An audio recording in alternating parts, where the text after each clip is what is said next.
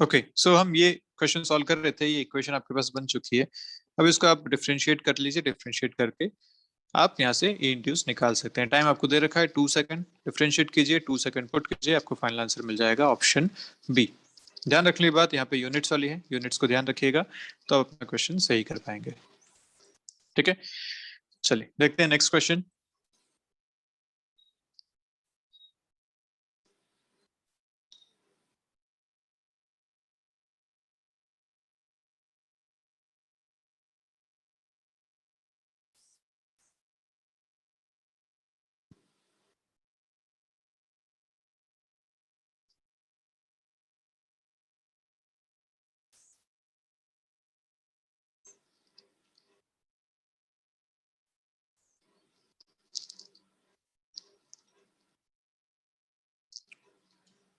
बताइए।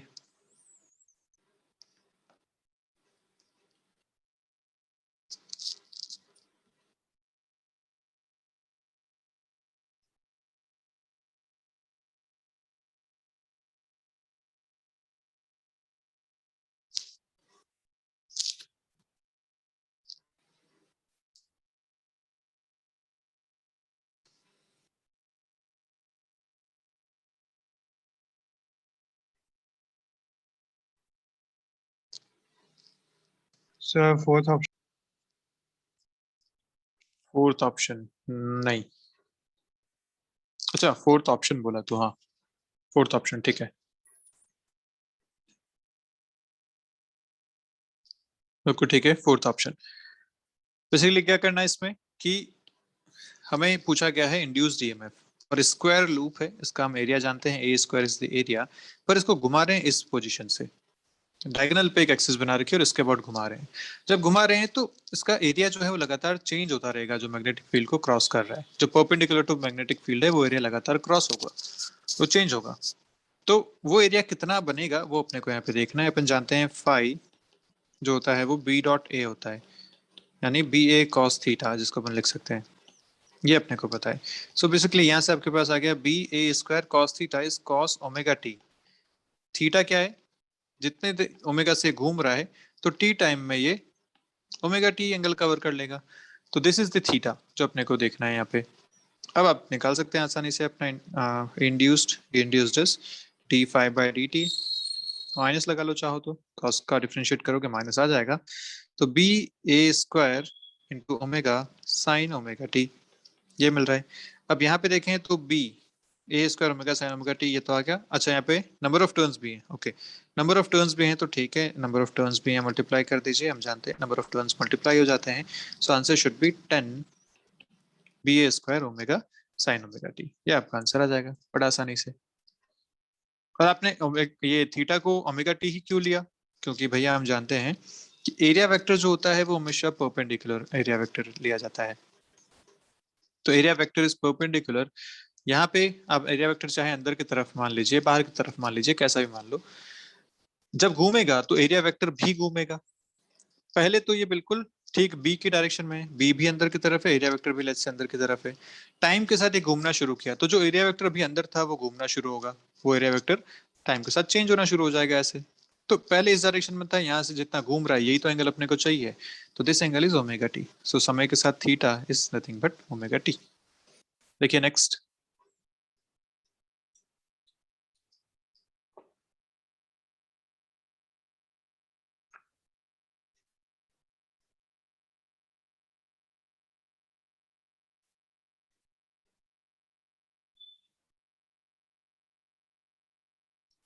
Third option. नहीं, मतलब दे तो ये नहीं रखा एटलीस्ट, बाकी चेक करेंगे।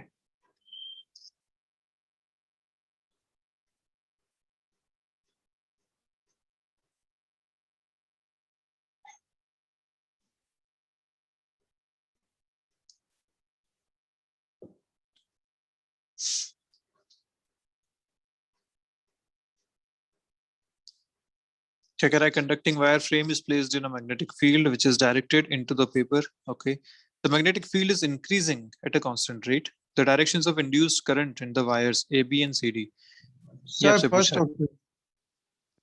फर्स्ट ऑप्शन ये ठीक है। 13 का आंसर इज फर्स्ट ऑप्शन। भाई हम जानते हैं लेंस लॉ से अपोज करेगा, अपोज करना चाहिए मतलब अगर अंदर की तरफ मैग्नेटिक फील्ड इंक्रीज हो रहा है तो करंट ऐसा फ्लो होना चाहिए कि मैग्नेटिक फील्ड बाहर की तरफ आए, ये बात हम जानते हैं। ओके, अगर करंट ऐसा फ्लो होना चाहिए कि मैग्नेटिक फील्ड बाहर की तरफ आए मतलब करंट इस तरीके से फ्लो होना चाहिए, एंटी क्लॉकवाइज करंट फ्लो होना चाहिए। तो यहाँ पे करंट फ्लो होना चाहिए ऐसा, और अगर आप यहाँ देखो तो यहाँ भी जो करंट फ्लो होना चाहिए वो एंटी क्लॉकवाइज फ्लो होना चाहिए, मतलब होना चाहिए यहाँ से यहाँ तक, ए टू बी। इसलिए तूने फर्स्ट बोला ऑप्शन ए। लेकिन एक बात यहाँ ध्यान देने वाली है वो ये कि ये पूरा एक लूप है, this is one complete loop, एक ही वायर है जिसको लूप बना रखा है। तो यहाँ पे आप दो अलग अलग डायरेक्शन में करंट फ्लो नहीं करा सकते ना, ये करंट ऐसे जा रही है ऐसे जा रही है फिर यहाँ से ऐसे चलेगी। और हम जानते हैं जो जितना बड़ा लूप होगा उसका एरिया उतना ज्यादा होगा, फ्लक्स उतना ज्यादा होगा, इंड्यूस्ड ईएमएफ भी यहाँ पे ज्यादा होगा। तो बेसिकली यहाँ बात ऐसी होगी कि दो बैटरीज आप बना सकते हो, एक बैटरी यहाँ ऐसी बन रही है और एक बैटरी यहाँ पे इस तरीके से बन रही है। और क्योंकि दोनों अपोज कर रहे हैं एक दूसरे को, तो जो ज्यादा बड़ी बैटरी होगी उसके करस्पॉन्डिंग यहाँ पे करंट फ्लो होगा। तो करंट जो फ्लो होगा वो यहाँ पर भी किस डायरेक्शन में फ्लो होगा, इस डायरेक्शन में फ्लो होगा, V2 है। करंट ऐसा आएगा, यहाँ से चल रहा है फिर यहाँ से ऐसे चलेगा फिर वापस इधर आएगा। This is one complete loop. So B2A and D2C is your final answer, Lenz law के करस्पॉन्डिंग। बस ध्यान क्या रखना है कि यहाँ पे थोड़ा सा ट्विस्ट कर दिया है ऐसे, इसलिए यहाँ पे आप यहाँ देखो आप फिर ऐसा कह सकते हैं ऐसा कि भैया यहाँ पे अपोज नहीं कर रहा है ना, लेंस लॉ के करस्पॉन्डिंग यहाँ पे अपोज करना चाहिए था, तो करंट एक्चुअली ऐसे फ्लो होना चाहिए था, लेकिन क्योंकि ये लूप में है तो जो ज्यादा इन्फ्लुएंशियल होगा उसी के करस्पॉन्डिंग करंट फ्लो होगा। देखिए नेक्स्ट।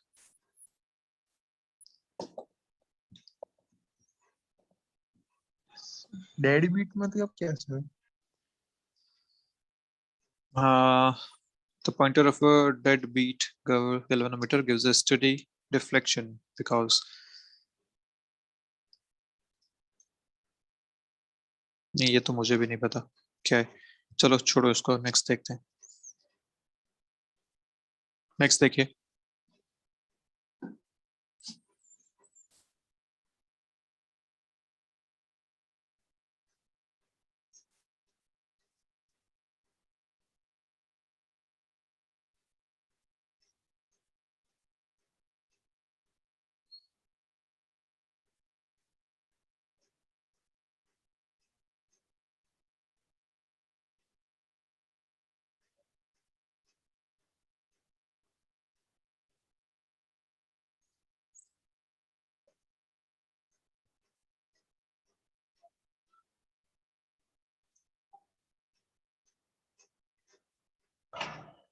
क्या आंसर आ रहा है?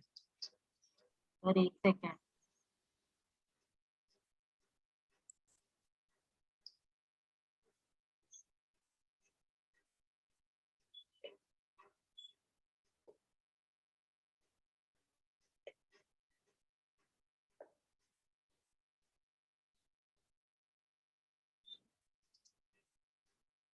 तो मेरा आंसर तो 1.5 आ रहा है। 15th में। ओके, जो ऑप्शन दे रखा है वो तो ऑप्शन सी दे रखा है आंसर में।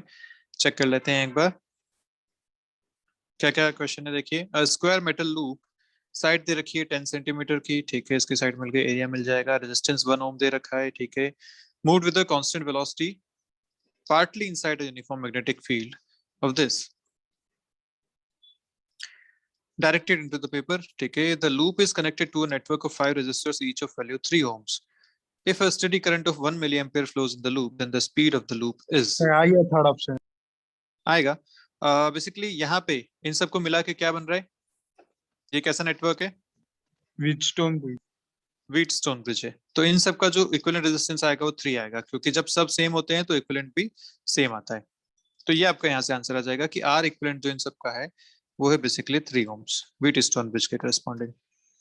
अब आपसे पूछा गया है कि बताइए यहाँ पे अगर करंट 1 मिली एम्पियर है तो वेलोसिटी कितनी है। हम जानते हैं ई इंड्यूस जो आता है वो आता है बवाल, बीवीएल, या आप अच्छा बीवीएल अगर रॉड में कहते हैं तो यहाँ पे आप d5/dt के करस्पॉन्डिंग कर दीजिए। बोला गया है यहाँ पे कि partly this is inside, partly inside a uniform magnetic field. तो कितना इसमें मैग्नेटिक आपको इंड्यूस्ड ईएमएफ कितना लाओगे, बोलो जल्दी से।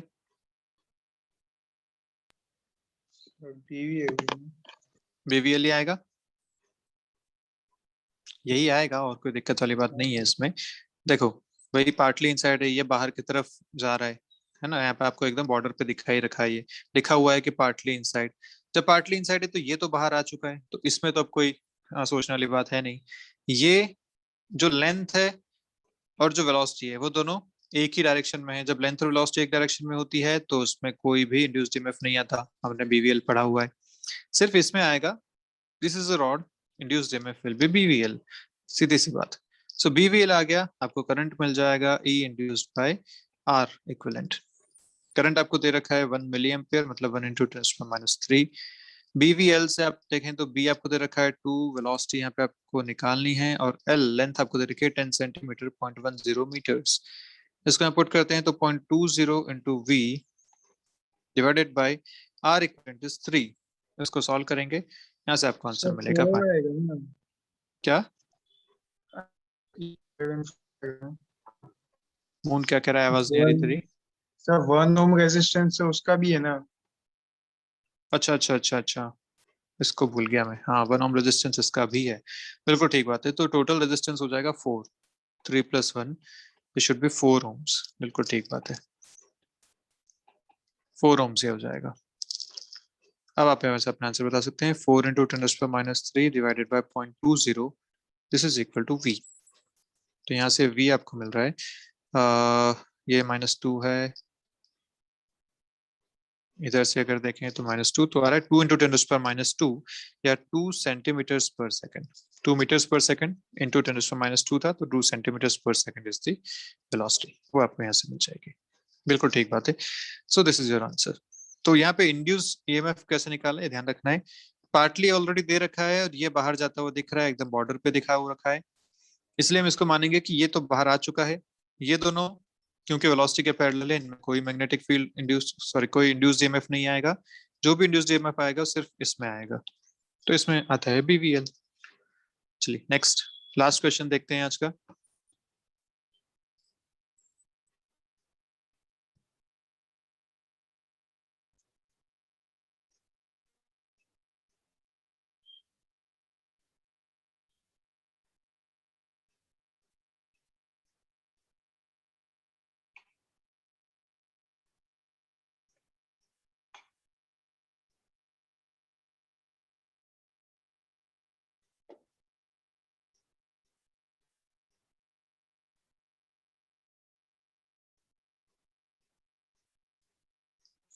वैसा ये जैसा अभी किया था हमने, बताना जल्दी से आंसर इसका।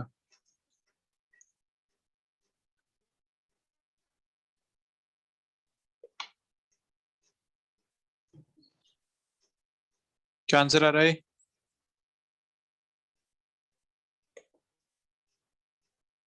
Sir 4th option. 4th option, बिल्कुल ठीक बात है, 4th ऑप्शन आंसर आ जाएगा इसका। बाकी लोग भी जल्दी से देखो एक बार, क्लियर करो आंसर सही है कि नहीं। आसान क्वेश्चन है, अभी किया है। हाँ सर सही है। 4th ऑप्शन आ रहा है, बिल्कुल ठीक बात है कि भैया कैसा करंट फ्लो होना चाहिए जो अपोज करे चेंजेस को। तो चेंज को अपोज करने के लिए यहाँ भी 2 लूप हैं, ध्यान से देखो, यहाँ पे ये लूप कंप्लीट नहीं हो रहा ना, यहाँ पे स्क्वायर कंप्लीट नहीं है, तो जो भी चल रहा है वो लूप ऐसा है, यहाँ से आया फिर यहाँ से बड़े लूप में ट्रांसफर हो गया, ये यहाँ पे ऐसा है फिर से ऐसा चल रहा है, ऐसा लूप है यहाँ पे। तो अब अपने को देखना है कि जो मैग्नेटिक फील्ड है वो अंदर की तरफ इंक्रीज हो रहा है। जब अंदर की तरफ इंक्रीज हो रहा है तो करंट ऐसा फ्लो होना चाहिए कि वो उसको अपोज करे, मतलब मैग्नेटिक फील्ड बाहर की तरफ आना चाहिए। तो क्योंकि यहाँ पे फिर से 2 लूप हैं, अलग अलग साइज के हैं, तो डोमिनेट कौन करेगा, जिसका एरिया ज्यादा है, क्योंकि उसमें इंड्यूस्ड ईएमएफ ज्यादा आएगा। तो उसके हिसाब से अपना आंसर बता सकते हैं कि इस वाले में जो है, बाहर वाले में, वो इस तरीके से चलना चाहिए सच दैट मैग्नेटिक फील्ड वो बाहर की तरफ बताए, और क्योंकि बाहर वाले में ऐसा चल रहा है तो अंदर वाले में इसका अपोजिट चलेगा। करंट यहाँ से अपन देख पाते हैं कि ये अगर ऐसा आया तो यहाँ से फिर ये अंदर जाएगा, इस डायरेक्शन में चलेगा, फिर ऐसा आएगा, फिर यहाँ से वापस बाहर जाएगा, ऐसा चलेगा। तो ये आंसर इज ऑप्शन डी। ये वैसा ही था जैसा ट्राइंगल वाला था, बस इसमें शेप डिफरेंट दे दिया आपको। नेक्स्ट देखिए,